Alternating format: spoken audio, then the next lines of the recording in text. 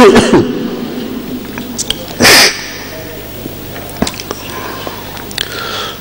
بالله من الشيطان الرجيم بسم الله الرحمن الرحيم الحمد لله رب العالمين بارئ الخلائق أجمعين والصلاة والسلام على أشرف الأنبياء والمرسلين حبيبنا وحبيب إله العالمين أبي القاسم المصطفى محمد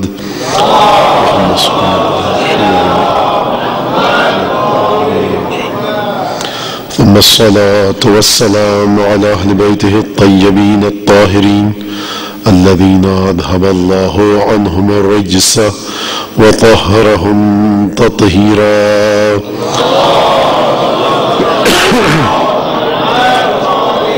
واللعنة الدائمة على أعدائهم أجمعين من الآن إلى قيام يوم الدين أما بعد فقد قال الله تبارك وتعالى في قرآنه المجيد وفرقانه الحميد وقوله الحق وهو أصدق الصادقين أعوذ بالله من الشيطان الرجيم قل إن صلاتي ونسكي ومحياي ومماتي لله رب العالمين صدق الله العلي العظيم صلوات بجي محمد آل محمد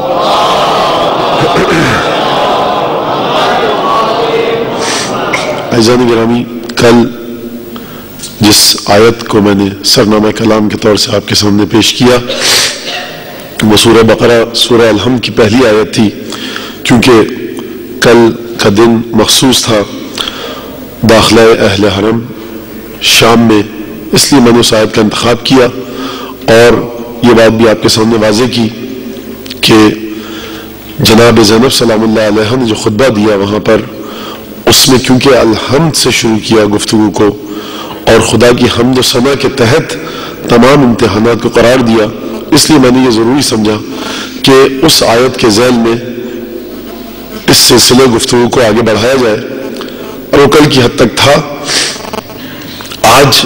اب یہ جو آج جس آیت کا انتخاب کیا ہے میں نے، سورہ انعام کی 162ویں آیت ہے 162، کہ جو حضرت ابراہیم سے متعلق ہے اور اس میں پروردگار عالم کا اعلان ہے کہ میرے پیغمبر یہ کہہ دو قل ان صلاتی، میری نماز، و نسکی و محیایا و مماتی، میری نماز، میری تمام عبادتیں، میری زندگی، میری موت، تمام کی تمام چیزیں پروردگار عالم کے لیے ہیں۔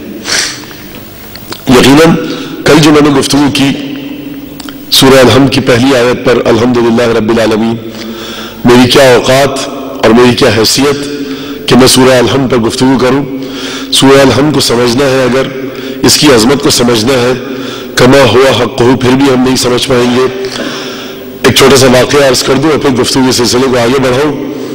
ابن عباس نے کہا، آپ جانتے ہیں عبداللہ ابن عباس امت مسلمہ کے درمیان ایک خاص اہمیت اور ایک خاص مرتبے کے حامل ہیں، کہا مولا کائنات سے امیر المومنین علی ابن ابی طالب سے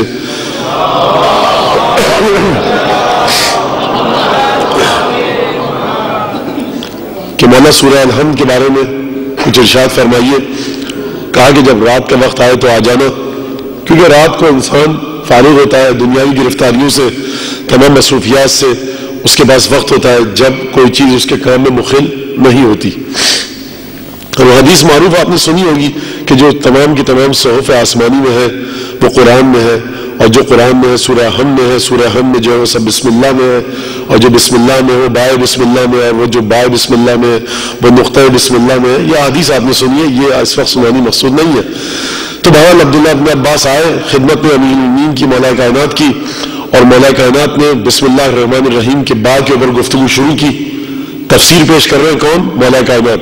دیکھیے قرآن صامت کے بارے میں جب قرآن ناطق گفتگو کرے گا تو یہی انداز ہوگا۔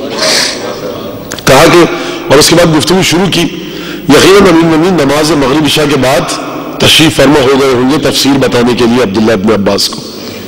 یہ ایک روایت میں نہیں ہے لیکن سمجھ میں آتا ہے کہ مولا کائنات کے معاملات کو دیکھتے ہوئے، ان کی زندگی کے نظام کو دیکھتے ہوئے مغرب اور عشاء کی نماز سے فراغت کے بعد یقیناً آپ نے عبداللہ ابن عباس کو طلب فرمایا ہوگا۔ اور ایک دفعہ بائے بسم اللہ پر گفتگو کرنی شروع کی مولا کائنات نے، اور ایک دفعہ دیکھا کہ بائے بسم اللہ کے بارے میں گفتگو ابھی اختتام پذیر نہیں ہوئی تھی کہ رات ڈھلنے لگی اور فجر کا وقت نزدیک آ گیا۔ ایک دفعہ مولا متوجہ ہوئے دیکھا اور ابن عباس سے کہا لو زادنا اللیل لزدناک، اے ابن عباس میں کیا کروں، اگر رات ہمیں مہلت دیتی تو ہم مزید گفتگو کرتے۔ یہ صرف بسم اللہ الرحمن الرحیم کی بات کے بارے میں۔ اب وہ کیا گفتگو ہوتی، کس مرحلے پر ہوتی، مولا کیا ارشاد فرماتے، یہ مجھے نہیں پتا، کیونکہ خود جب مولا کہے کہ اگر رات ہمیں مزید مہلت دیتی تو ہم کچھ اور ارشاد کرتے، مولا نے تو ارشاد نہیں کیا۔ جب مولا نے نہیں بتایا تو میں کیسے بتاؤں آپ کو؟ ہمارا کرم دی کتاب سے پڑھ کے آپ تک پہنچا دینا۔ جہاں مولا نہ بتائے، اس میں نہیں کہ مولا میں صلاحیت نہیں تھی، رات کا وقت ختم ہو چکا تھا، مصروفیت کا وقت آنے والا تھا، دن میں تمام کاروبار ہے زندگی شروع ہو جاتے، اس لیے مولا نے کہا اللہ زادنا اللیل لزدناک، اگر رات مزید بڑھتی تو ہم اور بیان کو بڑھاتے۔ اور یہ بڑا عجیب مرحلہ ہے، عجیب گفتگو کا سلسلہ ہے مولا کائنات کیا کہ اصحاب کے ساتھ جو گفتگو فرماتے تھے مولا کائنات، معرفت کے ابواب وہاں پر کھولتے تھے، کس انداز سے تربیت کرتے تھے، کس انداز سے گفتگو کرتے تھے۔ دیکھیے یہ جو فرش اعضا ہے، جو کچھ ہے اسی کی برکت اور اسی کے صدقے میں ہے۔ اگر فرش اعضا نہ ہوتا تو نہ ہی آپ کا وجود ہوتا نہ میرا وجود ہوتا۔ تو کوشش کیجئے فرش اعضا پر جب آئیں تو رسم نبھانے کے لیے نہ آئیے، بچے جاتے ہیں کھیل تماشا دیکھنے کے لیے، کرکٹ میچ دیکھنے کے لیے، اس فرش اعضا کو فرش اعضا سمجھے انسان، اور یہ نیت کر کے آئے کہ میں جا رہا ہوں تو کچھ لے کے اٹھوں گا۔ جب آپ کی نیت یہ ہوگی کہ لے کے اٹھوں گا تو یہاں پر اگر صرف مرثیہ خوانی ہو، سوس خوانی ہو، صرف نوحہ خوانی ہو، کوئی خطیب ممبر پر نہ ہو، صرف مرثیہ ہی پر کیوں نہ پڑھا جائے، صرف اگر آپ کی نیت یہ ہے تو یقیناً آپ اسی مرثیے میں سے معرفت کے کچھ ابواب لے کر اٹھیں گے، کیونکہ مرثیے کی بات نہیں، یہ بات ہے آپ کی نیت کی جو متصل کرتی ہے آپ کو سید الشہداء سے۔ اور چھٹے امام کا وعدہ ہے، فرمان ہے، حکم ہے، چھٹے امام جب کوئی بات فرمائے تو اس کو کوئی ٹال نہیں سکتا۔ فرمایا مولا نے من حسنت نیتو وسع رزقو، جس کی نیت پاک ہے اس کا رزق وسیع ہے۔ مولا نے یہ نہیں کہا کہ اپنی نیت جو پاک رکھے گا اس کا رزق وسیع ہوگا نہیں کہا کہ جس کی نیت پاک ہے اس کا رزق وسیع ہو چکا ہے۔ اگرچہ تمہیں خبر نہ ہو لیکن تمہارا رزق وسیع کر دیا گیا ہے، نیت ڈائریکٹلی پروپورشنل ہے وسعت رزق کے ساتھ۔ تو یہ ہر مقام پر ہے۔ کیا نماز کی بات کی چھٹے امام نے؟ کیا روزے کی بات کی؟ کیا عزاداری کی بات کی؟ کیا زیارات کی بات کی؟ کیا نظر نیاز تقسیم کرنے کی بات کی؟ نہیں، مولا فرمانا چاہ رہے ہیں، مولا کا اعلان ہے چھٹے امام کا کہ دیکھو تم جہاں بھی جاؤ، جو کام بھی انجام دو، اگر تمہاری نیت پاک ہے، تمہارا رزق وسیع ہے۔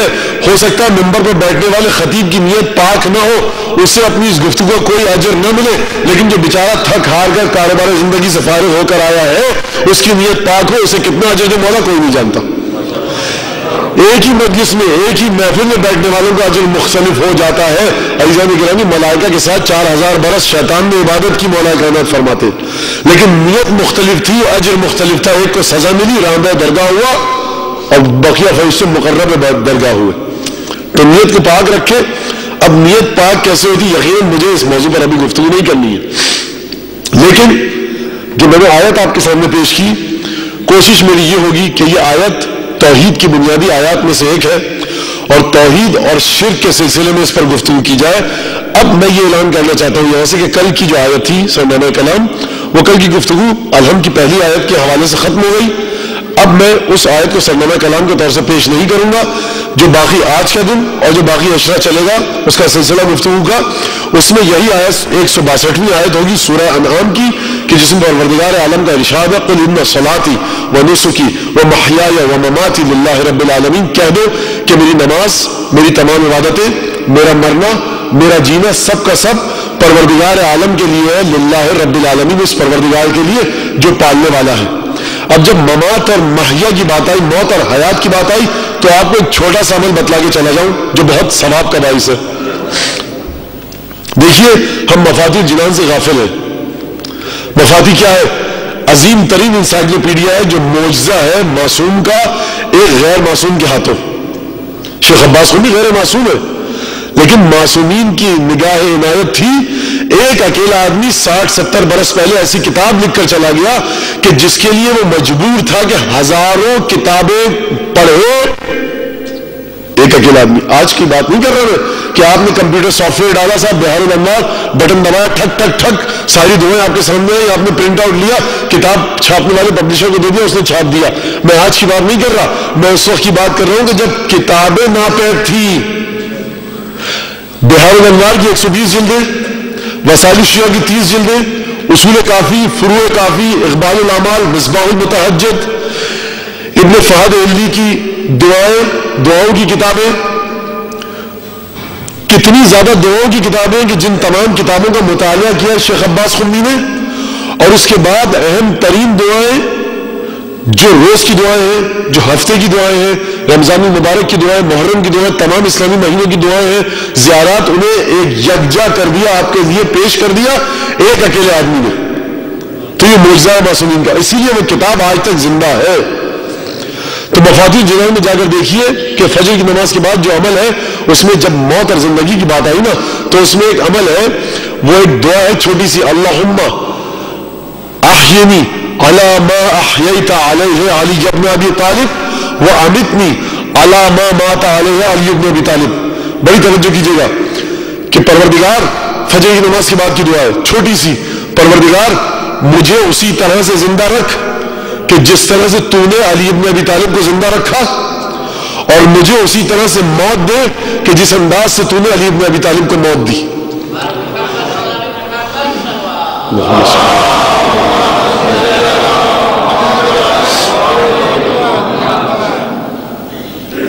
دیکھیے زندگی اور موت دونوں مولا کائنات کی طرح سے. اب یہ دیکھیے اگرچہ کہا جاتا ہے ایک نعرہ بلند کیا جاتا ہے live like علی die like حسین, اب یہ ایک نعرہ ہے جو بنا ہے اس صدی میں مجھ آپ جیسے آدمی نے بنایا ہے. حقیقت اگر ہے تو اس چیز کی ہے صرف اور صرف جو قرآن اور اہل بیت نے دیا. کوئی کتنا بڑا علامہ بحر ہو, کتنا بڑا خطیب ہو, کتنا بڑا مجلس پڑھنے والا ہو, کسی انجمن کا صدر ہو, مشہور ترین نوحہ خان ہو, مرثیہ خان ہو, سر پر امامہ ہو یا نہ ہو, کسی کی کوئی حقیقت حیثیت نہیں. اگر حیثیت اور حقیقت ہے تو صرف اور صرف دو چیزوں کی, وہی دو چیزیں جو رسول خدا چھوڑ کر گئے. فرمایا انی تارک فیکم الثقلین کتاب اللہ وعطرتی اہل بیتی, نہ اس میں میرا نام ہے نہ آپ کا نام ہے. فرمایا دیکھو دو چیزیں چھوڑ کے جا رہے ہو, صرف دو چیزیں, ایک خدا کی کتاب اور دوسرے اپنے گھر والے اہل بیت. ما ان تمسکتم بها لن تضلوا بعدی ابدا, جب تک ان سے متمسک رہو گے کبھی گمراہ نہ ہوگے. دیکھو فلا تعلموهما فانهما اعلم منکم, خبردار قرآن اور اہل بیت کو کبھی کوئی چیز سکھانے کی کوشش نہ کرنا, ان کا علم تم سے کہیں زیادہ ہے. ولا تقدموهما, ان سے آگے نہ بڑھ جانا, فتہلکوا, ہلاک ہو جاؤ گے. ان کے پیچھے نہ رہ جانا, ہلاک ہو جاؤ گے. قدم قدم ملا کر ان کے ساتھ چلتے رہو. تو اگر یہاں پر میرے کاندھے پر ابا سر پر امامہ ہے تو نہ اس امامے کی کوئی حقیقت اور حیثیت ہے, نہ اس ابا کی کوئی حیثیت ہے, نہ میری ذات کی کوئی حیثیت ہے. اگر حیثیت ہے میری گفتگو کی تو اس وقت تک ہے کہ جب تک میں قرآن اور حدیث کی مدد سے آپ کے سامنے مطالب کو پیش نہ کروں. عادت ڈالیے سننے کی اہم ترین اور خوش ترین موضوعات کو جو قرآن اور اہل بیت نے بیان کیے. نہج البلاغہ کس کے لیے آئی؟ اگر پہلا خطبہ توحید پر تو کس کے لیے بیان کیا امیر المومنین نے؟ کیا جبرائیل کے لیے بیان کیا؟ کیا خدا کے لیے؟ اسرافیل کے لیے؟ آپ کے اور میرے لیے بیان کیا. اگر دعا ابو حمزہ شمالی ہے تو کس کے لیے؟ مولا سید سجاد نے آپ کے اور میرے لیے پڑھی دعا ابو حمزہ شمالی. اگر دعا کمل ہے تو آپ کے اور میرے لیے. اگر دعا افتتاح ہے تو آپ کے اور میرے لیے. ہمیں عادت ڈالنی ہوگی, مزاج کو بدلنا ہوگا کہ وہ اہم ترین چیزیں جو قبر و قیامت میں ہمارے کام آئے ہمیں یہ ایسا لے کر جانا ہے. اور سب سے اہم چیز جو قبر و قیامت میں کام آئے گی, جو مرتے وقت کام آئے گی, جو پل صراط سے گزرتے وقت کام آئے گی, وہ وہی چیز ہے جس کے بارے میں معصوم نے فرمایا دیکھو من مات علی حب آل محمد مات شہیدہ, جو محمد آل محمد کی محبت پر مرے تو یاد رکھنا وہ شہید کی موت مرا ہے. بڑی توجہ کیجیے گا, حساس منزل فکر ہے, گفتگو حساس مرحلے میں داخل ہو رہی ہے کہ آپ کی نمازیں, آپ کے روزے, آپ کا حرام سے بچنا, واجبات کو انجام دینا, ان سب کی حیثیت اور قدر و قیمت ہے. لیکن ایک چیز ہے, ایک حقیقت ہے جو آپ کی نماز کو توانائی عطا کرے گی. ایک چیز ہے جو آپ کے روزوں کو توانائی عطا کرے گی. دیکھیے نماز اٹھک بیٹھک کا نام نہیں ہے. اگر شہادت نام ہوتا گردن کٹا دینے کا صرف, تو لشکر یزید میں بھی بہت سے کی گردنیں کٹی ہوئی کربلا میں مرے تھے, اور سید الشہداء کے لشکر میں بھی تلوار سے کئی کے گلے کٹے, کئیوں کو تیر لگے. بھائی تیر تو یہاں بھی لگے, لوگوں کے وہاں بھی لگے. توجہ ہے یا نہیں ہے؟ کچھ لوگ سید الشہداء کی نصرت کو چھوڑ کے چلے گئے.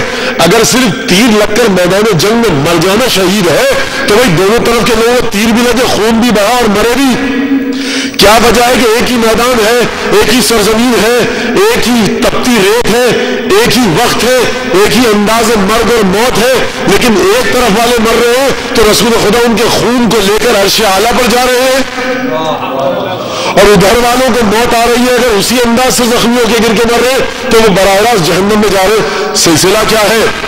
ماننا پڑے گا کہ ظاہری نگاہ کو چیر کر غیب کے پردوں کو عبور کر کے ہمیں اپنی نگاہ کو, بینش کو, دیدگاہ کو بدلنا ہوگا. سمجھنا ہوگا کہ آخر و حقیقت کیا ہے, کہ جس کی بنیاد پر ہماری نمازیں, ہمارے روزے, ہماری حج و زیارات طاقت اور توانائی حاصل کر پائیں. یہ دیکھنا ہوگا محبت کی حقیقت کیا ہے, اس محبت کا توحید سے رستہ کیا ہے. ہمیں سمجھنا ہوگا جبر کر کر اپنے آپ پر طعن و اکراہم, یہ صبر اور برداشت کے ساتھ. دیکھیے بہت سے موضوعات ہیں, آپ حضرات بور ہو جائیں گے, تھک جائیں گے, لیکن ہمیں سمجھنا ہوگا, سننا ہوگا مجبوراً کہ موت اور زندگی کا فینومینا, مقولہ موت اور زندگی کی حقیقت قرآن اور اہل بیت کے یہاں کیسی ملتی ہے. حیات کہتے کسے ہے, علم کہتے کسے ہے. اپنے آپ کو اپنی تربیت اس انداز سے کیجئے کہ چھٹے امام نے فرمایا دیکھو ایمان دو طرح کا ہوتا ہے.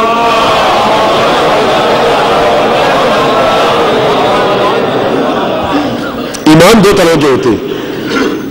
ایک ایمان وہ ہوتا ہے جسے تم اپنے ساتھ لے کر جاتے ہو, اور ایک ایمان ہوتا ہے جو مستودع ہوتا ہے. وہ ایمان ہوتا ہے جو تم سے چھین لیا جاتا ہے.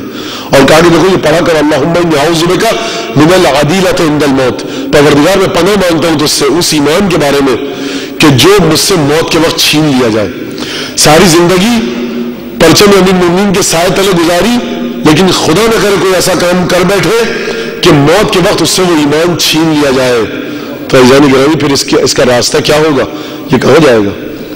تو یہ باتیں کون بتائے گا, یہ کہاں سیکھیں گے ہم؟ کیا کافی ہے ہمارا مجلس میں آ جانا, فرش اعضاء پر بیٹھ جانا؟ کیا نماز پڑھ لینا کافی ہے؟ کیا روزہ رکھ لینا کافی ہے؟ کیا حج و زیارات پر چلے جانا کافی ہے؟ کیا نذر نیاز کر لینا کافی ہے؟ یہ تمام کام نیک ہے, ضروری ہے, لیکن کیا یہ ایسے کام ہے کہ جس انداز سے ہم چاہیں انجام دیں؟ کیا جب ہم نے دنیا میں کہہ دیا لا الہ الا اللہ محمد رسول اللہ علی نبی اللہ وصی رسول اللہ و خلیفۃ بلا فضل, تو کیا یہی کہہ دینا صرف اس بات کی ضمانت ہے کہ بوقت موت اور بوقت مرگ ہم سے وہ ایمان چھینا نہ جائے گا؟ جب وارث امیر المومنین یہ کہہ رہا ہے کہ دیکھو ایمان دو طرح کا ہوتا ہے, جب وارث مولا کائنات یہ کہے کہ ایمان دو طرح کے ہوتے ہیں, ایک وہ جسے تم اپنے ساتھ قبر میں لے کر جاتے ہو, اور ایک وہ ایمان کہ جو تم سے بوقت موت چھین لیا جاتا ہے. ایمان کو بچاؤ, سجدے میں یہ دعا کیا کرو یا اللہ یا رحمان یا رحیم یا مقلب القلوب ثبت قلبی علی دینک, اللہم عرفنی نفسک فإنک ان لم تعرفنی نفسک لم اعرف رسولک. پروردگار مجھے اپنی ذات کی پہچان کروا, کیونکہ اگر تو نے اپنی ذات کی پہچان نہ کروائی تو میں تیرے رسول کو نہیں پہچان سکتا. اللہم عرفنی رسولک فإنک ان لم تعرفنی رسولک لم اعرف حجتک. پروردگار بڑی توجہ کیجیے گا, دیکھیے موضوع کہیں گم نہ ہو جائے. میری گفتگو کے درمیان توحید اور شرک پر گفتگو ہے. اب آپ کس انداز سے گفتگو سننا چاہتے ہیں یہ میرا پرابلم نہیں ہے, میرا مسئلہ ہے. اور جو باتیں آپ نے آج تک نہیں سنی ہے یہ بھی میرا پرابلم نہیں ہے, یہ آپ کا مسئلہ ہے. کوئی صاحب مجھ سے بعد میں مجلس کے یہ نہ کہے مولانا یہ آپ نے کہا سکے یہ تو ہم نے آج تک نہیں سنی. آج تک آپ نے بہت سی چیزیں ہو سکتا ہے نہ سنی ہو, یہ پرابلم آپ کا ہے. میرا جو پرابلم اور میری ذمہ داری وہ یہ ہے کہ وہ باتیں میں یہاں سے بتاؤں کہ جس کی دلیل میرے پاس قرآن و حدیث سے موجود ہے. دیکھیے توحید کا سفر کہاں سے آغاز ہوتا ہے, کہاں پر ختم ہوتا ہے. چھٹے امام سے پوچھا مولا ذرا یہ فرمائیے مت توحید کیا ہے؟ کسی مولوی سے نہیں پوچھتے تو اس زمانے کے لوگ. نہج البلاغہ گھروں میں ہے, پڑھیے جا کر, صحیفہ سجادیہ اٹھا کر دیکھیے, مفاتیح الجنان کھولیے. جب ائمہ نے اپنے آپ کو خود اپنی ذات کو آپ کے گھر کے دروازے تک پہنچا دیا ہے تو کتنی بدنصیبی کی بات ہے کہ انسان ائمہ کے وجود مبارک سے استفادہ نہ کرے. یہ مفاتی، یہ صحیفہ سجادیہ، یہ دعاؤں کی کتابیں، یہ کس لیے؟ آپ کے لیے. تو اس زمانے کے لوگ براہ راست امام سے پوچھتے تھے. آج امام ہمارے درمیان نہیں، لیکن امام کے فرامین تو موجود ہے. اللہم عرفنی نفسک. توحید کا مطلب کیا ہے؟ خدا کو وحدہ لا شریک ماننا. حکم دیا جا رہا ہے اللہم عرفنی نفسک. دیکھو یہ دعا مانگو، پروردگار اپنی ذات کی شناخت کروا مجھے. یہی تو توحید ہے نا. اور چھٹے امام سے پوچھا گیا مولا یہ بتائیے مت توحید کیا ہے؟ تو فرمایا چھٹے امام نے معرفت امام زمانے. توحید یہ ہے کہ تو اپنے امام زمانے کی معرفت کو حاصل کرے. بڑا مشکل مسئلہ ہے.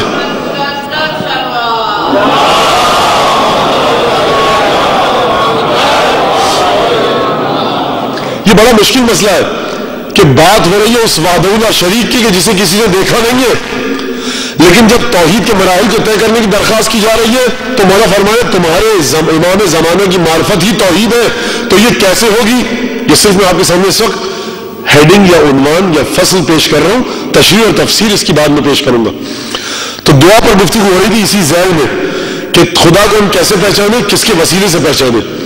اللہم عرفنی نفسک. پروردگار اپنی ذات کی پہچان کروا مجھے. فإنک ان لم تعرفنی نفسک. پروردگار اگر تو نے مجھے اپنی ذات کی پہچان نہ کروائی، لم عارف رسولک، تو میں تیرے رسول کو نہیں پہچانوں گا. اللہم عرفنی رسولک. پروردگار مجھے اپنے رسول کی شناخت کروا.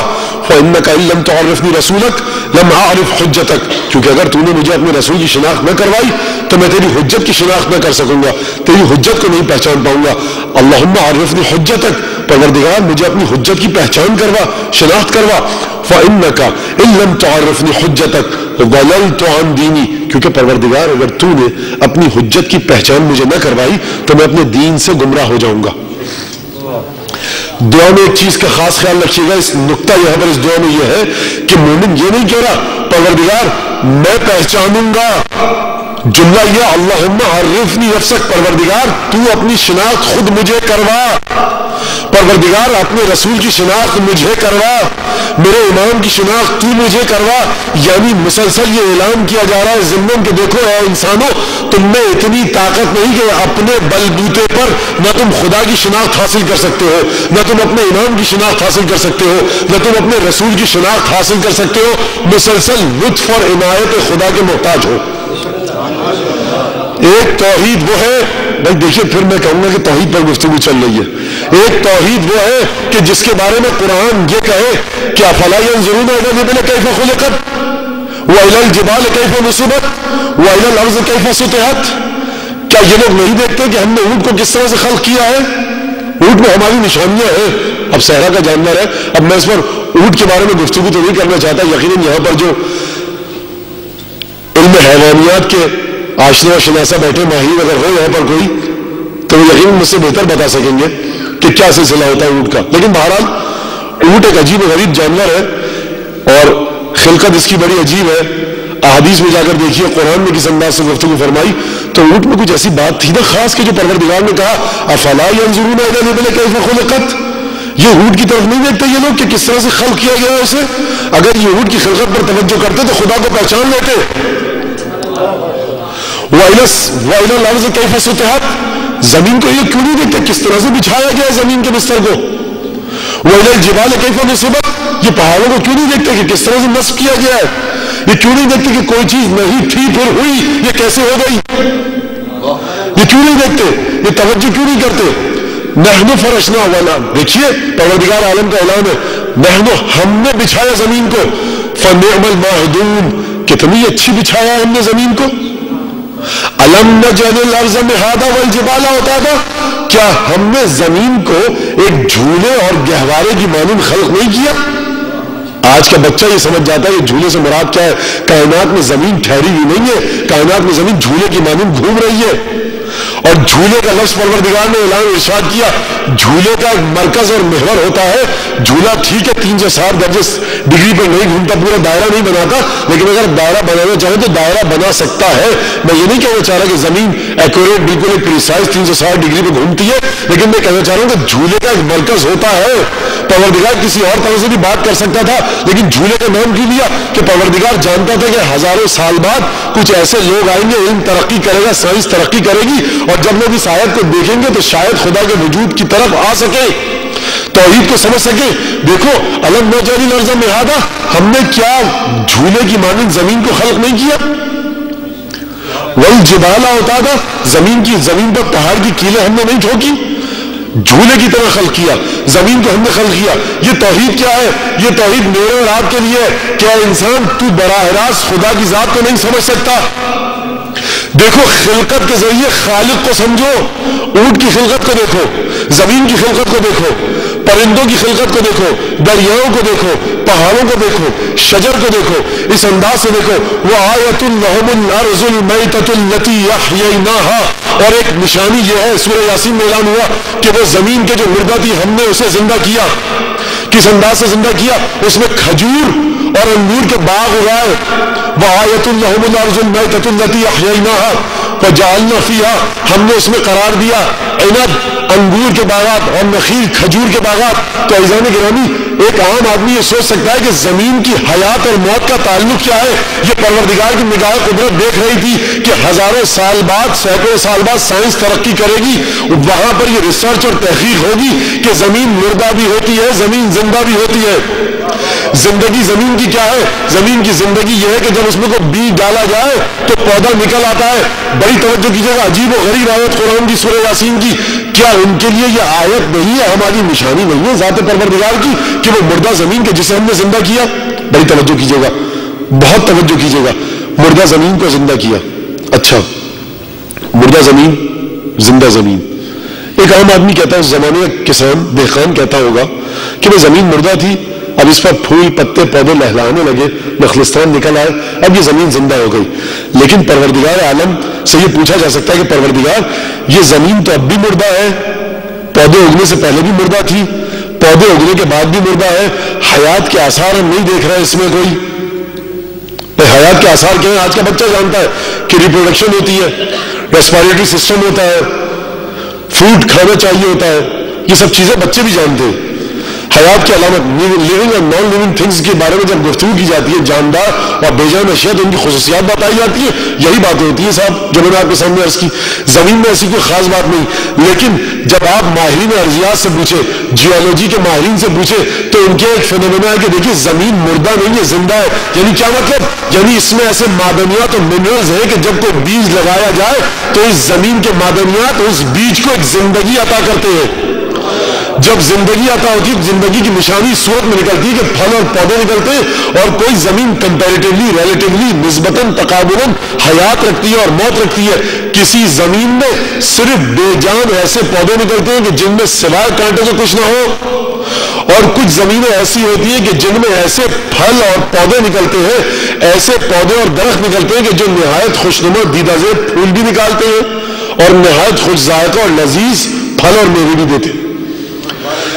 یہ توحید کا ایک مرحلہ ہے کہ ہم مخلوق کے ذریعے خالق تک پہنچے، یہ میری اور آپ کی توحید ہے۔ لیکن ایک توحید وہ ہے کہ جو یہ کہے اللہم انی افتتح الثناء بحمدک وانت مسدد للصواب بمنک وایقنت انک ارحم الراحمین فی موضع العفو والرحمہ واشد المعاقبین فی موضع النکال والنقمہ واعظم المتجبرین فی موضع الکبریاء والعظمہ۔ دیکھیے یہ توحید کا ایک دوسرا انداز ہے کہ پروردگار میں تیری ثنا کی افتتاح کرتا ہوں تیری حمد کے ذریعے۔ یہاں پر کوئی واسطہ نہیں ہے، یہ وہ بندہ ہے کہ جس کو خدا یہ حکم نہیں دے رہا اے میرے بندے جا کر اونٹ کی خلقت دیکھ، زمین کو دیکھ، پودوں کو دیکھ، چاند ستاروں کو دیکھ، پہاڑوں کو دیکھ، زمین کی حقیقت کو دیکھ۔ نہیں، یہ وہ بندہ ہے کہ جس کی توحید اس مرتبے پر ہے کہ جہاں خدا اور اس کے درمیان کوئی واسطہ نہیں ہے، جبھی تو گفتگو کا یہ انداز ہے۔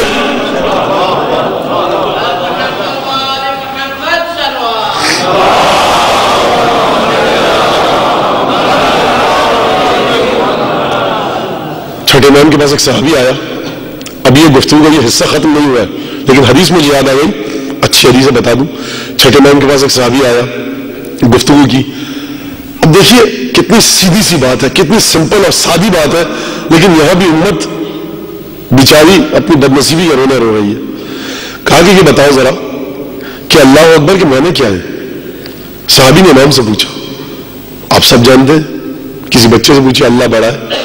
اگر سوال اتنا سیدھا ہوتا تو یہ صحابی امام سے نہ کرتا. پہلی ہوتی وہ ہے جو آسان ہو دیکھنے میں لیکن جواب بڑا مشکل ہو. اللہ اکبر کے معنی کیا ہے؟ مولانا نے پوچھا یہ باقی لوگ کیسا معنی کرتے ہیں، دیگر سلسلہ افکار وہ کس طرح سے معنی کرتے ہیں اس کا؟ کہا کہ مولا وہ کہتے ہیں کہ اللہ بڑا ہے. کہا کہ دیکھو یہ بات ہی غلط ہے کہ اللہ بڑا ہے. بڑا اسے کہتے ہیں کہ جس کے مقابلے میں کوئی چیز چھوٹی ہو. اس ذات کی دیکھیے اللہ یعنی واقعا شیر فاطمہ زہرا اپنی کرامت اپنا اعجاز یہاں دکھاتی ہے. خود علی ابن ابی طالب بولتا ہے تو اس انداز سے بولتا ہے کہ تمام امت ایک طرف اللہ اکبر کے معنی نہ کر سکے اور علی مرتضیٰ کا واضح جب ہے تو اللہ اکبر کے معنی اس طرح سے کرے کہ امت دنگ رہ جائے، سمجھ نہ پائے. بلند آواز سے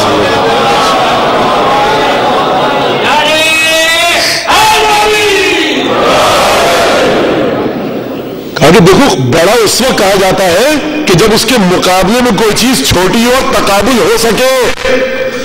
یہاں اس کی ذات کے مقابلے میں کسی ذات کا وجود ہی نہیں ہے. 8ویں امام فرماتے ہیں، امام علی رضا علیہ الصلوۃ والسلام،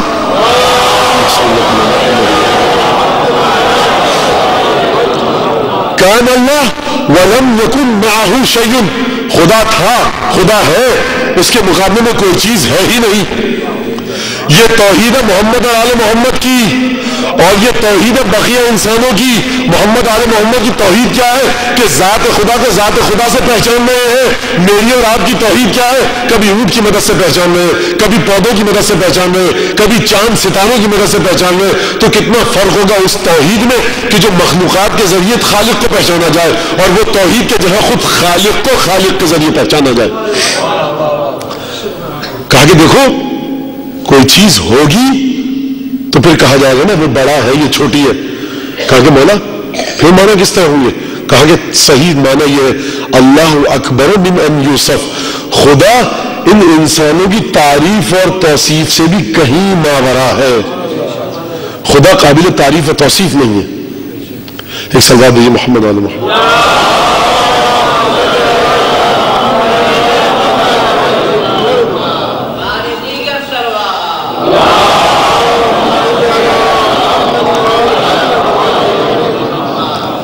تو یہ توحید کا سلسلہ قل ان صلاتی و نسکی و محیای و مماتی للہ رب العالمین، کہ میری نماز، میری عبادتیں، میرا جینا، میرا مرنا سب کا سب پروردگار رب العالمین کے لیے ہے، سوائے اس کے کسی کے آگے نہ جھکے.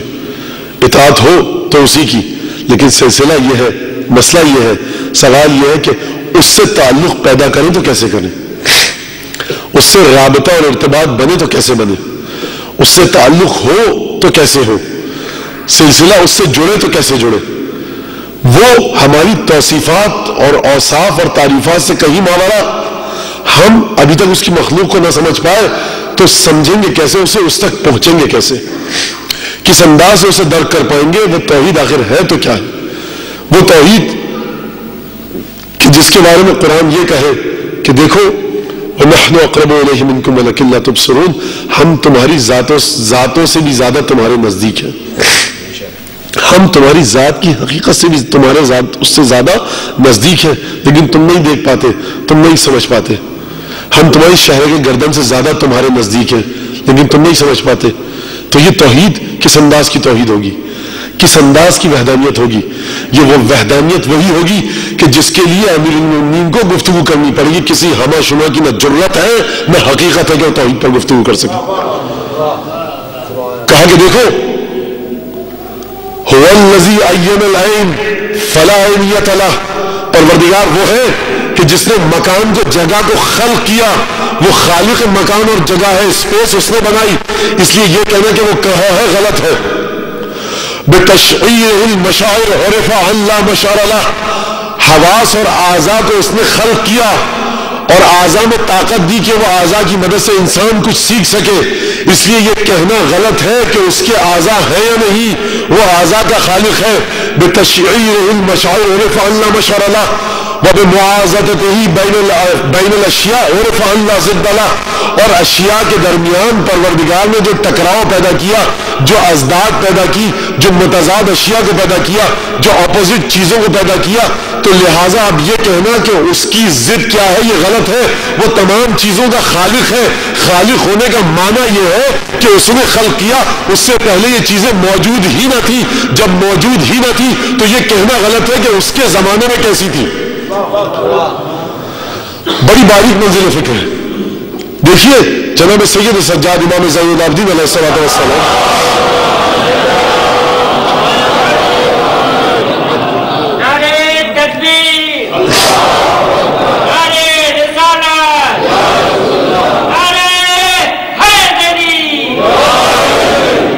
ایک دفعہ اور صلوات بھیجی محمد علیہ۔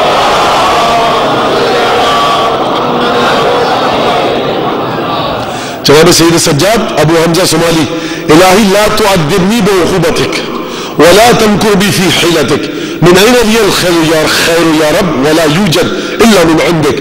پروردگار دیکھیے ایک لفظ میں غور کیجئے گا، جناب سید سجاد کیا فرما رہے ہیں؟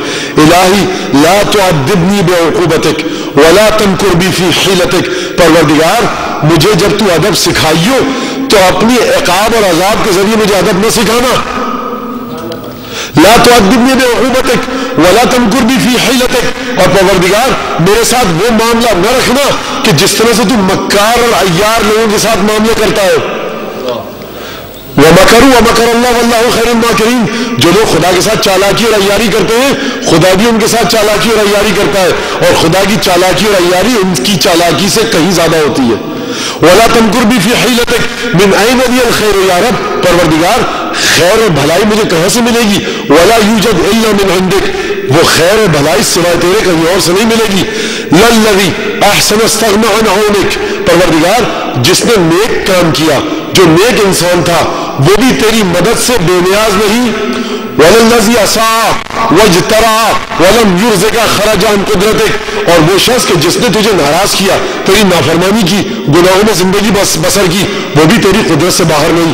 توحید کو سمجھیے سید سجاد کے پاس آ کر فرما کیا رہے مولا؟ کہہ رہے کہ وہ نیک شخص جو نیک کام کر رہا ہے وہ بھی تیری مدد سے بے نیاز نہیں ہے، محتاج تیرا ہی ہے، اور جس شخص نے گناہ کی زندگی بسر کی وہ بھی تیری قدرت سے باہر نہیں ہے۔ پروردگار لولا انت لم ادر ما انت، پروردگار اگر تیری ذات نہ ہوتی تو میں نہ سمجھ پاتا کہ تو ہے کیا۔ یعنی سید سجاد بتا رہے کہ دیکھو ہمارے گھرانے کی توحید کے بارے میں یہ نہ کہنا کہ یہ بھیڑ بکری اور اونٹوں کے ذریعے خدا تک پہنچے ہیں۔ سید سجاد اعلان کر رہے لولا انت لم ادر ما انت، اگر تو نہ ہوتا تو میں تجھے نہ پہچان پاتا۔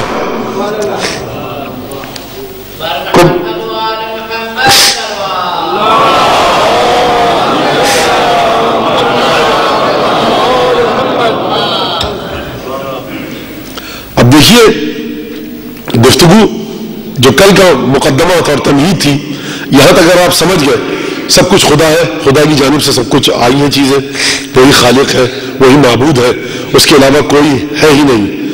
لیکن یہ سلسلہ نازل کیسے ہوگا، سلسلہ چلے گا کیسے، اور اس سے رابطہ کیسے برقرار ہوگا؟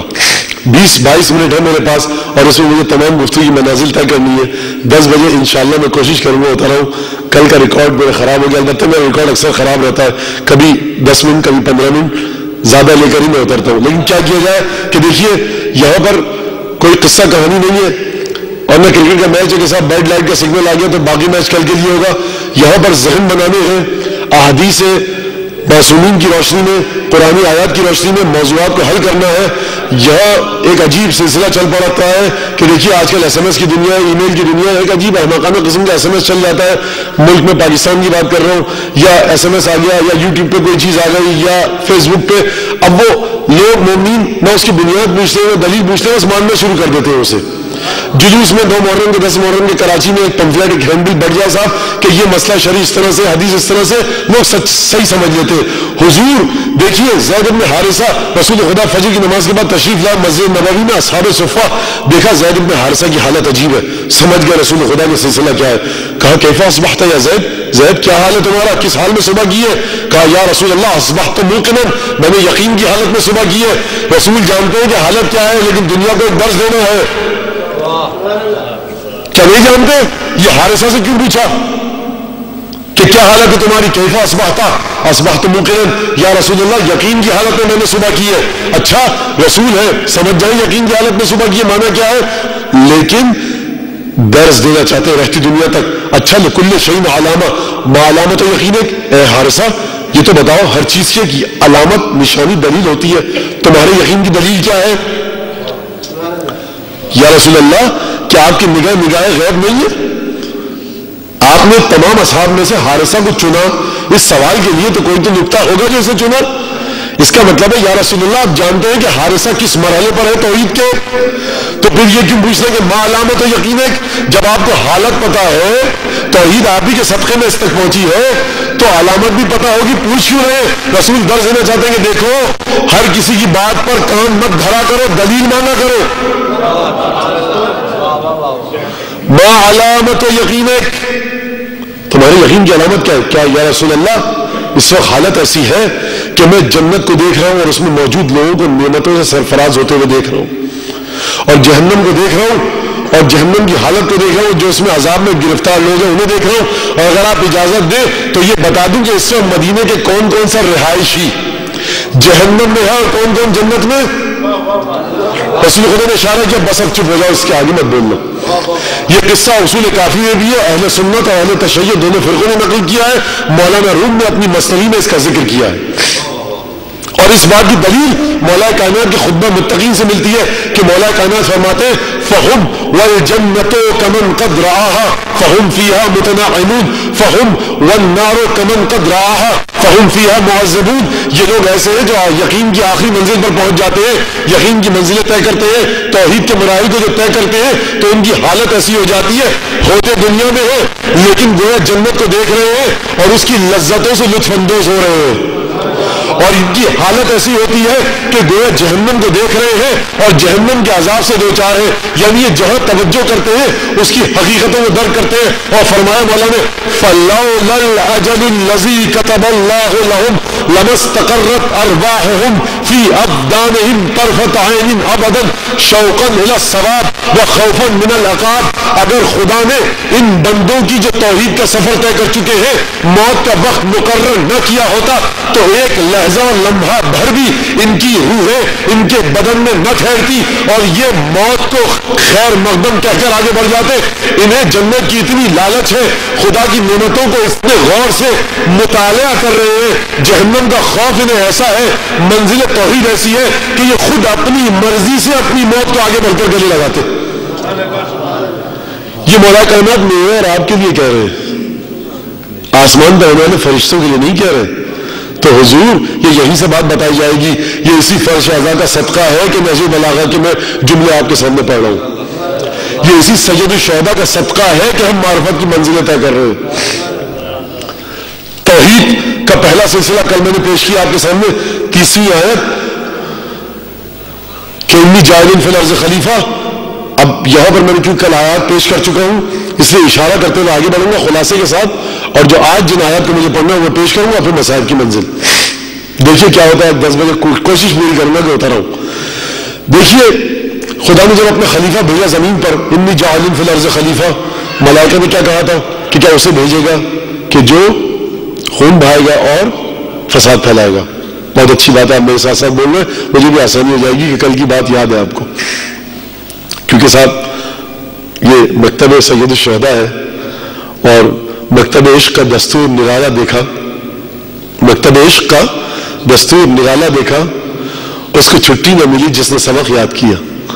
بڑا عجیب ہے, بڑا پیارا اور بہت بچکانا شعر ہے لیکن بڑا گہرا شعر ہے. الفاظ کو جیسے چھٹی سبق تو بچے سمجھتے ہیں بڑا آسان شعر ہے, لیکن صاحب اب جیسے غالب کا ایک شعر ہے وہ کہ ڈبویا مجھ کو ہونے میں، نہ میں ہوتا میں تو کیا ہوتا، نہ تھا کچھ تو خدا تھا، کچھ نہ ہوتا تو خدا ہوتا. یہ بڑا عجیب اور بڑا گہرا فلسفیانہ شعر ہے، اور وہ خود کہہ گیا غالب. اب غالب کی بات آ گئی، کیونکہ بہرحال مولا کائنات کی خدمت گزار ہے، اشعار کہیں منقبت کی مولا سید الشہداء کے لیے، تو یقیناً اتنا حق بنتا ہے کہ ایک آدھ دفعہ ذکر کر دیا جائے. تو خود کہتے ہیں کہ یہ مسائل تصوف، یہ تیرا بیان غالب تجھے ہم ولی سمجھتے، جو باقی سلسلے تھے وہ آگے میں کیا بتاؤں. ایک صلوات دیجیے محمد آل محمد.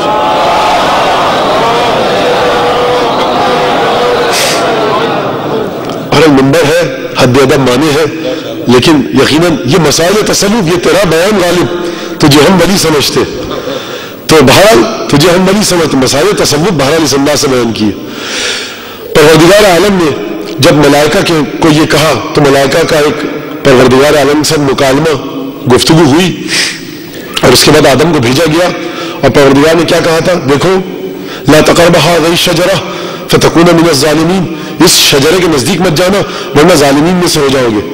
فلما ذاق الشجرة بدت لهما سوآتهما وطفقا يخصفان عليهما من ورق الجنة. شیطان نے ورغلایا، شیطان نے آ کے کیا کہا؟ هل أدلك على شجرة الخلد وملك لا يبلى. اے آدم، تمہیں ایسے درخت کی رہنمائی نہ کروں میں کہ جس کے ذریعے تم ہمیشہ باقی رہو گے، اور ایک ایسے مملکت کی جو کبھی پرانی نہ ہوگی، کوہنگی، بوسیدگی، پوسیدگی اس میں نہیں آئے گی. تمہیں نہ دکھاؤ ایسا شجرہ؟ ٹھیک ہے. ورغلائے میں آئے اور اس کے بعد اس شجرے کے پاس گئے. فلما ذاق الشجرہ، پورا شجرہ نہیں کھایا، ذاقہ، چکھا اس شجرے کو.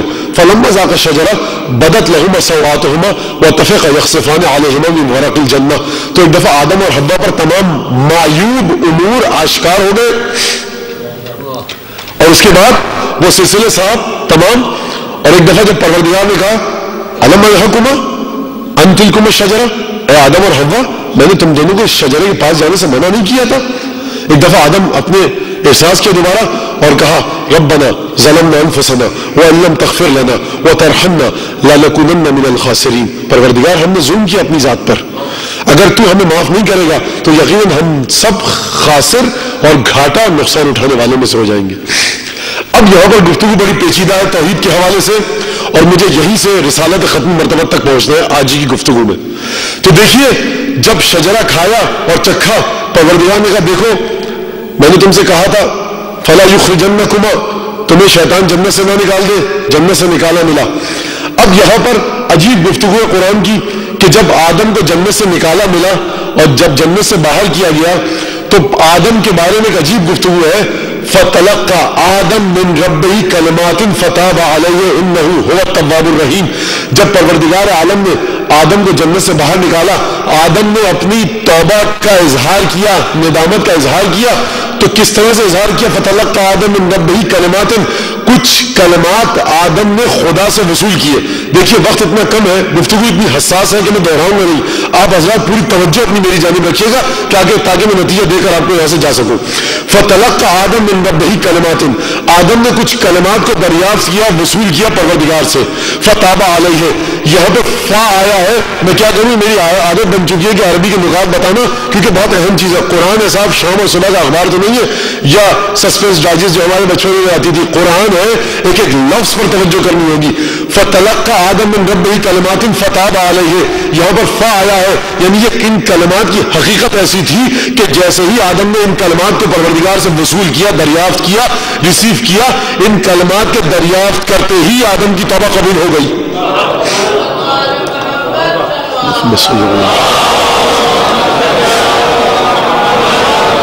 اچھا، میں ذہنوں میں تھوڑا سا اور جھنجھوڑوں کہ یہ آدم کون ہے.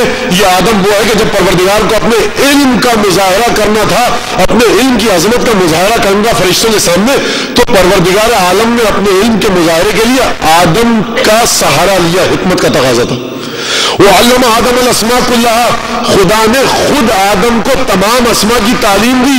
پروردگار عالم، تیری ذات سے ایک سوال ہے کہ تو آدم کو تمام اسماء کی تعلیم دے چکا تھا، پھر یہ نئے کون سے کلمات تھے جو عطا کیے توبہ قبول ہوئی؟ تو سمجھنا پڑے گا یہ کلمات وہ تھے کہ جہاں تک آدم کی رسائی نہیں تھی، یہ کلمات وہ تھے کہ جس طرح سے شجرہ، اس شجرے کی حقیقت آدم کو نہیں پتا تھی۔ بھائی دیکھیے، بڑی توجہ کیجیے گا، آدم کو تمام اسما کا علم دے دیا گیا تھا، لیکن پھر بھی نہ سمجھ پائے کہ شجرے کی حقیقت کیا ہے۔ تو یہ ماننا پڑے گا کہ شجرے کی حقیقت علم آدم سے کہیں آگے تھی، غیب مطلق تھا۔ بھائی غیب کمپیریٹو ہے نا، آپ کے لیے غیب کیا ہے؟ دروازہ۔ میرے لیے غیب کیا ہے؟ یہ والا حصہ۔ آپ اس حصے کو دیکھ رہے ہیں، میں نہیں دیکھ سکتا، لیکن آپ دروازے کو نہیں دیکھ رہے، میں دیکھ سکتا ہوں۔ توجہ ہے؟ اچھا، اسی طرح سے کمپیریٹیولی غیب ہے۔ غیب کے کس انداز کے پردے کو اٹھایا پروردگار نے آدم کے لیے؟ جو آدم کی استعداد تھی، صلاحیت تھی، علم کا مرتبہ تھا، مرتبہ توحیدی جو تھا آدم کا، وہاں تک اٹھایا۔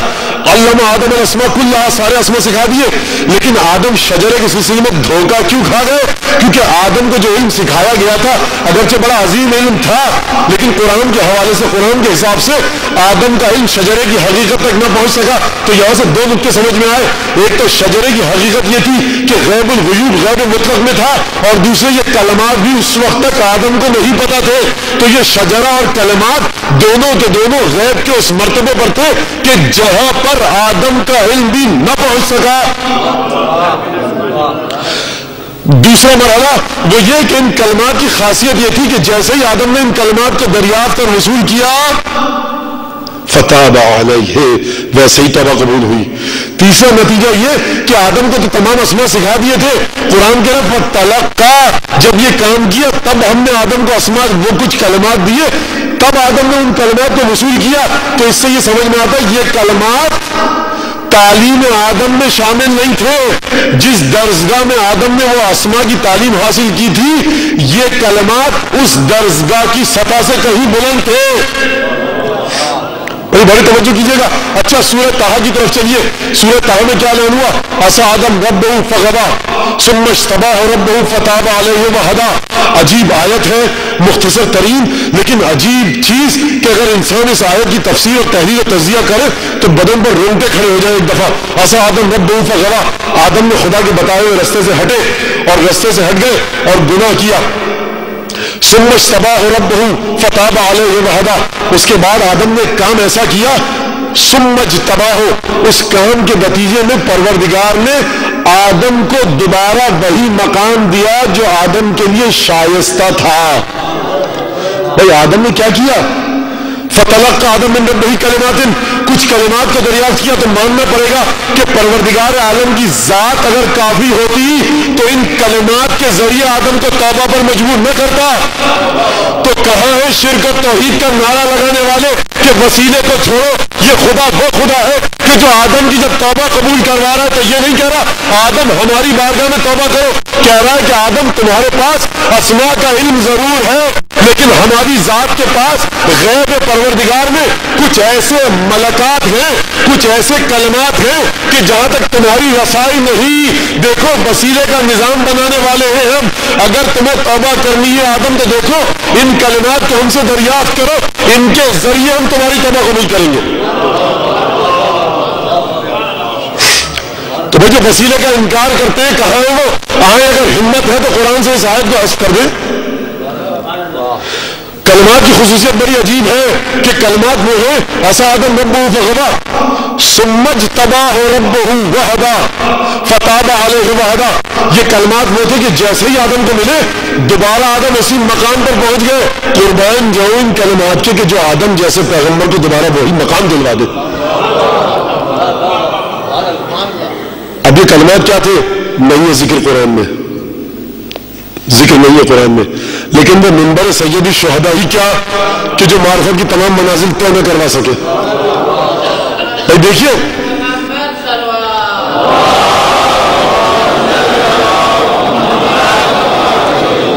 6 منٹ رہتے ہیں صاحب بس، تو دیکھیے بڑی توجہ کیجیے گا۔ آدم لوگوں نے کہا، مفسرین نے کہ سورہ اعراف کی طرف چلیے، ربنا ظلمنا انفسنا وان لم تغفر لنا وترحمنا لنکونن من الخاسرین۔ مفسرین نے کہا کہ وہ کلمات جس کے ذریعے توبہ قبول ہوئی تھی وہ یہ جملے تھے جو سورہ اعراف میں ہے، پروردگار ہم نے ظلم کیا، اگر اگر تو ہم پر رحم نہیں فرمائے گا تو ہم گھاٹا اٹھانے والوں میں سے ہو جائیں گے. احادیث میں بھی ہے, قرآن میں بھی جملہ آیا ہے. اور لیکن مفسرین نے اس جملے کی تفسیر یہ فرمائی کہ یہ وہ کلمات تھے کہ جس کے ذریعے پروردگار نے توبہ قبول کی. اب میرا ان مفسرین سے ایک سوال ہے, حدیث میں ہے, میں حدیث کا انکار نہیں کر رہا, میں مفسرین کی اس ذہنی کاوش کو ایک مورد سوال قرار دینا چاہ رہا ہوں کہ مفسرین کی خدمت میں سوال ہے, اگر صرف یہی بات ہوتی تو یہ مسئلہ تو فرشتوں کو بھی معلوم تھا. فرشتوں نے کیا کہا تھا؟ نحن نسبح بحمدک ونقدس لک, پروردگار تیری تسبیح کرتے ہیں تیری حمد کے وسیلے سے اور تیری تقدیس کرتے ہیں. تسبیح اور تقدیس کا خاصہ کیا ہے؟ تسبیح اور تقدیس کا مرتبہ کیا ہے؟ کہ انسان ہر برائی سے منزہ سمجھے پروردگار کو, ہر خطا کے مرحلے پر اپنے کو قصوروار ٹھہرائے. بھائی اس مقام پر تو فرشتے تھے, یہ منزلت فرشتوں کی تھی, آدم اس سے کہیں آگے تھے. اس کا مطلب یہ ہے کہ آدم کو جب اسماء کی تعلیم دی گئی تھی تو یہ تعلیم بھی شامل تھی کہ آدم دیکھو, یاد رکھو, جب بھی کوئی غلطی کرو گے اپنے آپ کو مورد الزام ٹھہرانا, ہم کو مورد الزام نہ ٹھہرانا. تو یہ مرحلہ وہاں پر شامل ہے, لیکن قرآن کی روح سے یہ سمجھ میں آ رہا ہے کہ کچھ نئے کلمات تھے. یہ مرحلہ نیا نہیں ہے, یہ تو قدیم مرحلہ ہے جو اس مرحلے پر بات گزر چکی ہے. تسبیح اور تقدیس کا لازم اور ملزوم یہ ہے کہ انسان اپنے آپ کو مورد الزام ٹھہرائے. قرآن کہہ رہا ہے جب آدم نے وہ غلطی کی تو اس مقام پر کچھ نئے کلمات دریافت کیے. تو یہ ماننا ہوگا کلمات کچھ بھی رہو, ان کلمات کو مظہر عتم میں توحید ہونا چاہیے. ان کلمات کا تعلق ایسا ہو کہ پروردگار اور اس کے درمیان کوئی واسطہ نہ ہو, پروردگار کی ذات کا آئینہ ہو وہ کلمات. ایک صلوات دیجیے محمد علی محمد.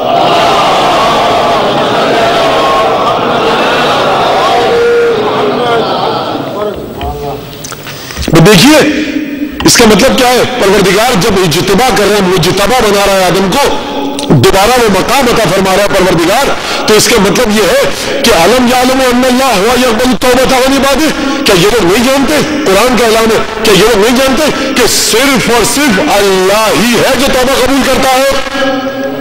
لیکن آدم کے مرحلے میں کلمات کے ذریعے سے توبہ قبول کی جا رہی ہے, تو کیا آیتوں میں ٹکراؤ ہے کوئی؟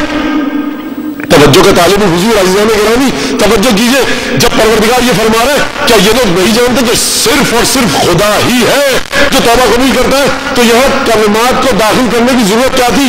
تو ماننا یہ پڑے گا کہ یہ کلمات ایسے تھے کہ جن کا تعلق پروردگار سے ایسا تھا کہ جو پروردگار کی ذات کا آئینہ ہے. یہ عتم میں مصداق توحید ہے, یہ ان کی ذات وہ ہے کہ جس کی ذات کے ذریعے توحید منسلک ہے. ان کلمات کو رکن توحید ہونا چاہیے, توحید کی بنیاد ان کی ذات ہے. تو اب پوچھئے جا کر پانچویں امام سے جو فرمایا کہ دیکھو حللنا فحللت الملائکہ, کبرنا فکبرت الملائکہ, وسبحنا فسبحت الملائکہ. جب ہم نے تسبیح کی تو ہمیں دیکھ کر ملائکہ نے تسبیح کی, جب ہم نے اللہ اکبر کہا تو ملائکہ نے ہمیں دیکھ کر اللہ اکبر کہا. واللہ لا عبد اللہ, اگر ہم نہ ہوتے تو خدا کی عبادت ہی نہ ہو پاتی.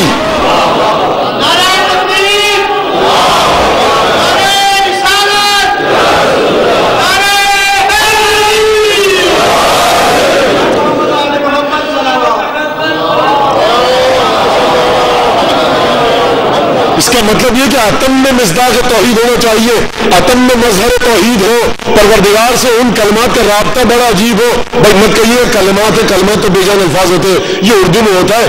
قرآن کے حساب سے حضرت عیسیٰ بھی کلمہ ہے, الفاظ بھی کلمہ ہے. وہ چیز جس سے خدا اپنی قدرت کا اظہار کرے وہ کلمہ ہے. مصداق عتم میں توحید ہو تو ڈھونڈیے جا کر قرآن میں کہ کون ہاتھ ہے کس کا جو خدا کا ہاتھ ہے, کس کا ہاتھ ہے جو خدا کا ہاتھ ہے, کون ہستی ہے جسے خدا یہ کہہ رہا ہے حبیب ما رمیتا اذ رمیتا ولکن اللہ رما. بڑا پیراڈاکس خلق کر دیا خدا نے قرآن میں, ایک پیراڈاکس والی گفتگو کر دی. حبیب تو نے جب تیر پھینکا تو تو نے نہیں پھینکا جب تو نے پھینکا. بڑی عجیب گفتگو ہے. حبیب جب تو نے تیر پھینکا تو جب تو نے پھینکا تو تو نے نہیں پھینکا. پروردگار یہ کیا مذاق ہے, کیا سلسلہ ہے؟ خود ہی فرما رہا تو نے پھینکا اور خود ہی کہہ رہا تو نے نہیں پھینکا جب تو نے پھینکا. تو مرحلہ کیا ہے؟ پروردگار اسی ذات کے ذریعے اپنی توحید کا تعارف کروانا چاہ رہا ہے. دیکھو تمہیں لگ رہا ہے کہ یہ پھینک رہا ہے، لیکن مقام توحیدی مصطفی یہ ہے کہ جب یہ کوئی کام کرے تو یہ نہیں کر رہا، وہ در حقیقت ہم کر رہے ہیں. وما رمیتا اذ رمیتا ولکن اللہ رما. حبیب جب تو نے تیر پھینکا تو تو نے نہیں پھینکا، جب تو نے پھینکا یہ اللہ نے تیر پھینکا. الذین یبایعونک انما یبایعون اللہ ید اللہ فوق ایدیہم. حبیب جب انہوں نے تیری بیعت کی تو تیری بیعت نہیں کی، اللہ کی بیعت کی. ان کے ہاتھوں کے اوپر اللہ کا ہاتھ ہے. تو بھائی قرآن سے سمجھ میں آیا کلمات، لیکن کلمات جمع ہے، رسول کی ذات ایک ہے. تو یا تو یہ کہیے کہ رسول کی ذات اس انداز کی ہے کہ رسول اپنے ساتھ عرش اعلیٰ میں کچھ اور انوار کو سمیٹے ہوئے ہیں، یا یہ کہیے کہ ایک انسان پر بھی جمع کے صیغے کا اطلاق ہو سکتا ہے. بھائی اب اس کا جواب میں نہیں دوں گا، اس کا جواب امام فخر الدین رازی دیں گے. فرمایا جب مباہلے کے لیے چلے رسول اللہ، ایک دفعہ آسمان کا رخ کیا اور یہ کہا اللہم ان ہؤلاء اہل بیتی انہم منی وانا منہم. پروردگار ایک دفعہ ردا اٹھائی، سمیٹا فاطمہ کو، حسن کو، حسین کو، علی مرتضیٰ کو، چادر میں لیا، آسمان کی طرف رخ کیا اور کہا پروردگار دیکھ یہ میرے گھر والے ہیں. اگر بات یہیں تک ہوتی تو میں اس سے آگے بات نہ کرتا، لیکن عجیب جملہ کہا پروردگار انہم منی وانا منہم، میں ان سے ہوں یہ مجھ سے ہے. یعنی رسول کی حقیقت کیا ہے؟ بھئی رسول نے آسمان کی طرف دیکھ کے کہ خدا کو نہیں پتا کہ یہ نبی کے گھر والے ہیں؟ آسمان کی طرف دیکھ کے کہا بھئی دیکھا تھا آسمان کی طرف، سمجھانا تو مسلمانوں کو کہ دیکھو دیکھ لو، کل اختلاف نہ کرنا کہ میرے گھر والے کون کون ہیں، یہی میرے گھر والے ہیں. اللہم ان ہؤلاء اہل بیتی انہم منی وانا منہم، یہ مجھ سے ہے میں ان سے ہوں. بھئی رسول کہاں رسول تھا؟ یہ مجھ سے میں ان سے، رسول کہاں رسول تھا؟ آواز بھی رسول نے کہ دیکھو کنت نبیا و آدم بین الماء والطین، میں وہاں بھی تھا کہ جب ابھی آدم میاں میں آب و گل تھے. یعنی یہ انوار وہاں بھی رسول کے ساتھ تھے، یہاں بھی رسول کے ساتھ ہیں. جب ایک آواز آئی کہ میں اس وقت بھی نبی تھا کہ جب آدم میاں میں آب و گل تھے، جب رسول وہاں بھی رسول، تو رسول بغیر تصدیق کے کیسا رسول؟ جب رسول اپنی رسالت کا وہاں اعلان کر رہا ہے تو کوئی تصدیق کرنے والا بھی ہو تو ایک دوسری آواز سنائی دے گی آپ کو کہ دیکھو صدقت ہوں وہ آدم بین الروح والجسد، میں نے رسول کی تصدیق اس وقت کی تھی کہ جب آدم روح اور جسد کے درمیان تھے.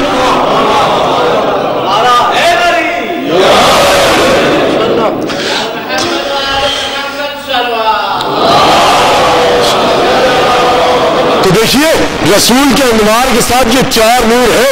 تو اب سمجھ میں آیا وہ کلمات کیا تھے. آدم نے جملہ کہا تھا پروردگار ہم پر رحم کر، گناہ ہم نے کیا، قرآن کی آیت ہے، لیکن توبہ کی شرط کیا ہے کہ تذلل پیدا ہو، ذلت پیدا ہو، عبودیت کا مرتبہ پیدا ہو، خضوع اور خشوع پیدا ہو. تو پروردگار کے لیے ضروری تھا کہ آدم کو کچھ ایسے انوار دکھائے کہ جنہیں دیکھ کر آدم کو اپنی بے مائگی کا احساس ہو. وہ انوار نور کے اس مرتبے پر ہو کہ جہاں آدم اپنی خلافت کو چھوڑ کر اپنی بندگی کے عز اور انکسار کو سمجھ سکے اور اس کے بعد پھر توبہ کرے. بھئی یہی تو تھا جو میر حدیث نے کہا دنیا ہو ایک طرف تو لڑائی کو سر کروں. سید الشہداء کے بارے میں دنیا ہو ایک طرف تو لڑائی کو سر کروں، آئے غضب خدا کا ادھر رخ جدھر کروں، بے جبرائیل کار قضا و قدر کروں، انگلی کے ایک اشارے سے شق القمر کروں. میں کل یہ عرض کر چکا میر حدیث کی عادت ہے کہ اپنے آپ کو قافیہ ردیف اور مضمون کے لحاظ سے گرداب میں پھنسا دیتے اور پھر خود نکلتے. بڑی عجیب بات ہے. سید الشہداء یہ فرمائے کہ دنیا ہو ایک طرف تو لڑائی کو سر کروں، آئے غضب خدا کا ادھر رخ جدھر کروں، بے جبرائیل کار قضا و قدر کروں. آئے غضب خدا کا ادھر رخ جدھر کروں، بے جبرائیل کار قضا و قدر کروں، انگلی کے ایک اشارے سے شق القمر کروں. میر حدیث سے کیا فرما رہے ہیں حسین ابن علی کے بارے میں؟ یہ نانے والے کام کریں گے، یہ امام ہے، وہ ختمی مرتبت تھے. بغیر جبرائیل کے قضا و قدر جو کام خدا کا ہے سید الشہداء کریں گے، انگلی کے ایک اشارے سے شق القمر کریں گے. آئے غضب خدا کا ادھر رخ جدھر کروں، یہ حسین کیسے کر سکتے؟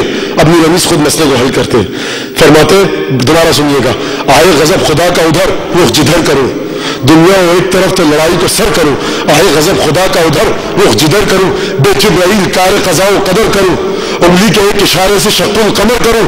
اب حل کر رہے ہیں میرا اس مسئلے کو توجہ کیجیے گا۔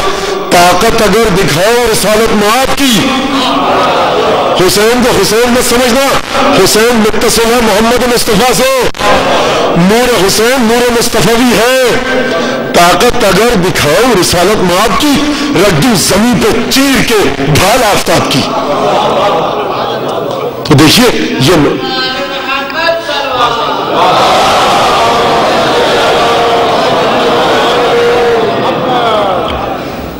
مجھے سوچ کے میں آیا تھا کہ جوش ولی آبادی پر بھی کچھ گفتگو ہوگی آج، لیکن وقت پورا ہو چکا ہے، اور یقیناً اس سے پہلے کہ مجھے گھڑیاں دکھائی ہیں، میں خود اپنی گھڑی دیکھ چکا ہوں، 5 منٹ اوپر ہو چکے ہیں۔ 2-4 جملے مصائب کی آپ کو زحمت دینی ہے، اور اس کے بعد آپ کی زحمت تمام انشاءاللہ جناب سیدہ آپ کی ان تمام خدمات کا، ان زحمتوں کا صلہ دے۔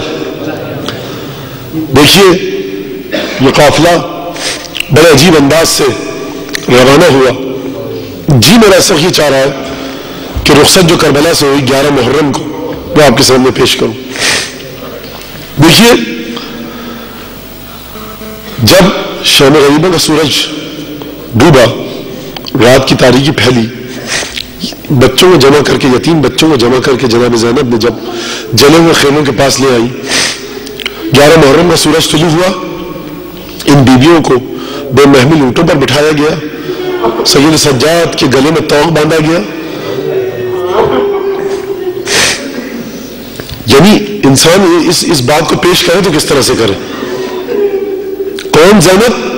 کل میں آپ کے سامنے عرض کر چکا، دخلت زینب علی ابن زیاد، بات ختم ہو گئی اس کے بعد کہ زینب ابن زیاد کے دربار میں آئی۔ اب اس کے بعد مصائب کون سے پڑے انسان؟ ایک عجیب، بس 2-4 جملوں کی ضرورت، آپ کے گریے کی آوازیں بلند ہوئی۔ مولا فرماتے ہیں معصوم کہ نفس المحموم لنا تسبیح، جو تمہارے سینے سے ٹھنڈی آہ نکلے ہماری یاد میں تسبیح ہے۔ دعا ہے میری کہ ان آنسوؤں کو جناب سیدہ اپنے رومال میں محفوظ کرے، اور قبر اور قیامت کی پہلی رات آپ کے کام آئے آنسو۔ ایک دفعہ جب مقتل سے اس قافلے کو گزارا گیا تو بیویوں نے کہا کہ دیکھو تمہیں خدا کا واسطہ دیتے ہیں ہم کہ ہمیں جہاں قید کرنا ہے کر لو، لیکن ہم نے عصر عاشور کے بعد سے اب تک اپنے پیاروں کو کے جسموں کو، جسد کو نہ دیکھا، ان کا ماتم نہ کیا۔ ہماری درخواست یہ ہے کہ تم ہمیں اپنے پیاروں کے جنازوں کے پاس سے گزارو تاکہ ان کا دیدار کر لے۔ بس ایک دفعہ کہا گیا کہ ٹھیک ہے تمہاری درخواست منظور کی گئی۔ اب بیویوں کے اس قافلے کو سید سجاد کی مائیت میں اونٹوں کو لائے، بے کجاوا بے محمل بے کجاوا اونٹوں کے ساتھ بیویوں کو قتلگاہ سے گزارا گیا۔ بس ایک دفعہ جب بیویوں نے جنازے دیکھے، اس سے پہلے کہ ناکے زمین پر بیٹھتے، یہ بیویوں نے اپنے آپ کو ناکوں پر سے تپتی ریت پر گرایا۔ میں کہوں گا بیویوں یہ ناکوں پر سے اپنے آپ کو زمین پر کیوں گرا دیا؟ شاید یہ بیویوں جواب دے، دیکھو ہمیں وہ وقت یاد ہے کہ جب حسین اسی تپتی ریتی پر گھوڑے سے زمین پر آئے تھے، کوئی نہ تھا جو حسین کی مدد کو آتا، ہم اپنے مولا کی تاسی میں ہم نے اپنے آپ کو زمین پر گرایا۔ بس ایک دفعہ بی بی زینب دوڑتی ہوئی آئی، اپنے بھائی کے جنازے سے لپٹی، سکینہ آئی بابا کے جنازے سے لپٹی، کٹے ہوئے گلے کا بوسہ لیا۔ ایک دفعہ بیویاں اپنے شہداء کے جنازوں کو گلوں میں لے کر لپٹا کر بین کرنے لگی، گریہ و زاری کی آوازیں بلند ہوئی۔ عزیزان گرامی ایک دفعہ اعلان کیا گیا کہ جلدی جلدی دوبارہ ناکوں پر سوار ہو۔ کیوں ناکوں پر سوار ہو؟ اس لیے نہیں کہ میں رحم آ گیا تھا، بلکہ کہا یہ گیا ہمیں جلدی امیر عبید اللہ کے پاس پہنچنا۔ بیویوں سے کہا کہ جنازوں کو چھوڑ دو، بیویوں نے نہ چھوڑا، دور نہ ہٹی۔ بس ایک دفعہ حکم دیا گیا، کہا کہ امیر کریں تو کیا کریں، یہ بیویاں جنازوں کو نہیں چھوڑ رہی، کہا کہ تازیانے لو اور ان کی پشت پر بساؤ، اللہ اکبر، رسول کی بیٹیاں، حسین کی بیٹیاں، یہ وہ خواتین ہیں کہ جن کا احترام جبرائیل کرے۔ ایک عجیب انداز ہے، ارے تازیانے برسائے گئے۔ ایک دفعہ بچی نے پکارا چچا عباس، ارے کہاں آئیے